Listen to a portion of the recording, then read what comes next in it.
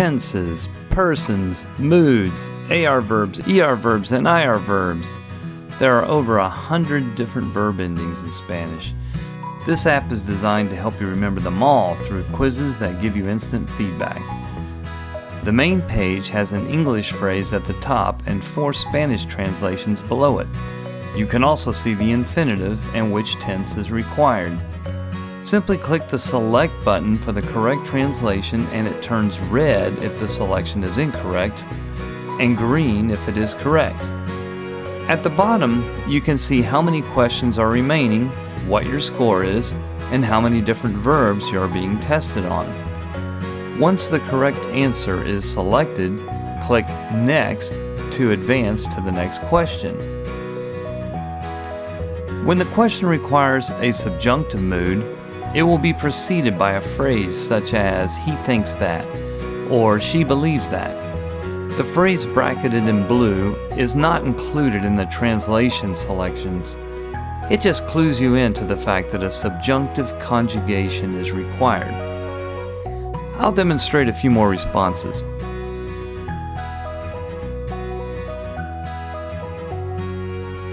If you don't want to finish answering all of the questions, simply click the Finish button to get the detailed score page for the questions you've answered so far. The score is broken down by tense and person. The score page will come up automatically after all questions have been answered, or, as we have just shown, when the Finish button has been clicked. Click the Reset button to initiate a new test. Click on the Tenses tab to select which tenses, moods, and persons you want to be tested on. Notice that there is a Help button for every tense, which provides a page of information about the verb endings used in that tense. Just tap on the check boxes to select or unselect the tenses and moods that you want to be tested on. Note that there are indicative and subjunctive moods for the top 5 tenses, present and past for gerund and conditional, and simple and interior for future. A quick example of each tense using the verb to go is present indicative, I go. Present subjunctive, she thinks that I go. Past, I went. By the way, there's no subjunctive for the past tense. Present perfect indicative, I have gone. Present perfect subjunctive, he believes that I have gone. Past imperfect indicative, I used to go. Past imperfect subjunctive, they thought that I used to go. Past perfect indicative, I had gone. Past perfect subjunctive, he thought that I had gone. Gerund present, I am going. Gerund past, I was going. Conditional present, I would go. Conditional past, I would have gone. Future simple, I will go.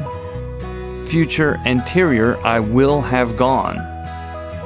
So for example, if you only wanted to test yourself on the present tense, simply uncheck all of the other tenses.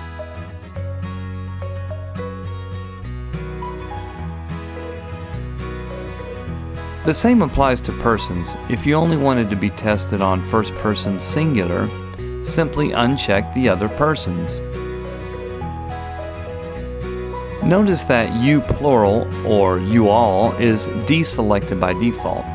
This is because it is not used in most Spanish-speaking countries, but it can be enabled if so desired. Under the Persons section, you have the option to repeat the test multiple times before the score screen is presented. This is useful if you're testing on only a few tenses or persons and want to have more questions before you see your score. The default behavior is only one question for each tense and person selected. Right now it shows 2 questions, which is 1 question for present indicative and 1 question for present subjunctive. So if I click the plus button, there will be 2 questions for each tense and person selected for a total of 4.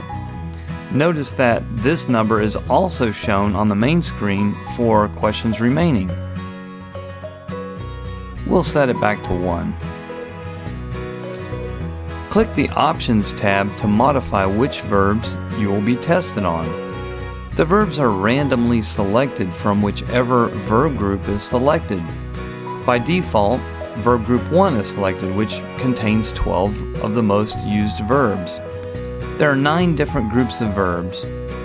If Include Lower Groups is checked, all the verbs from any of the groups lower than the group selected will also be included.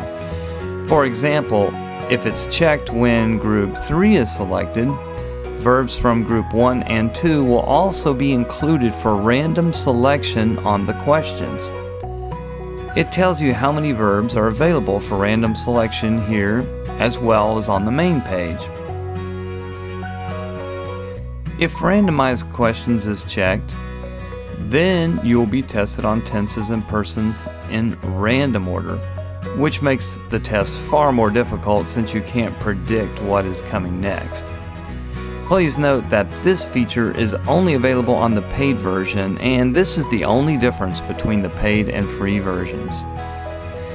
There are help buttons on each of these features that give more detailed explanations as well. In the Verb Group Updates section, you can move verbs to any group. The only restriction is that each group must contain at least one verb. You just click the plus or minus button to move a specific verb to a higher or lower group. You can also click the Reset All Verb Groups button to reset all verbs back to their original verb group. This explains all the features of this application. I hope it helps you learn all the conjugations for Spanish.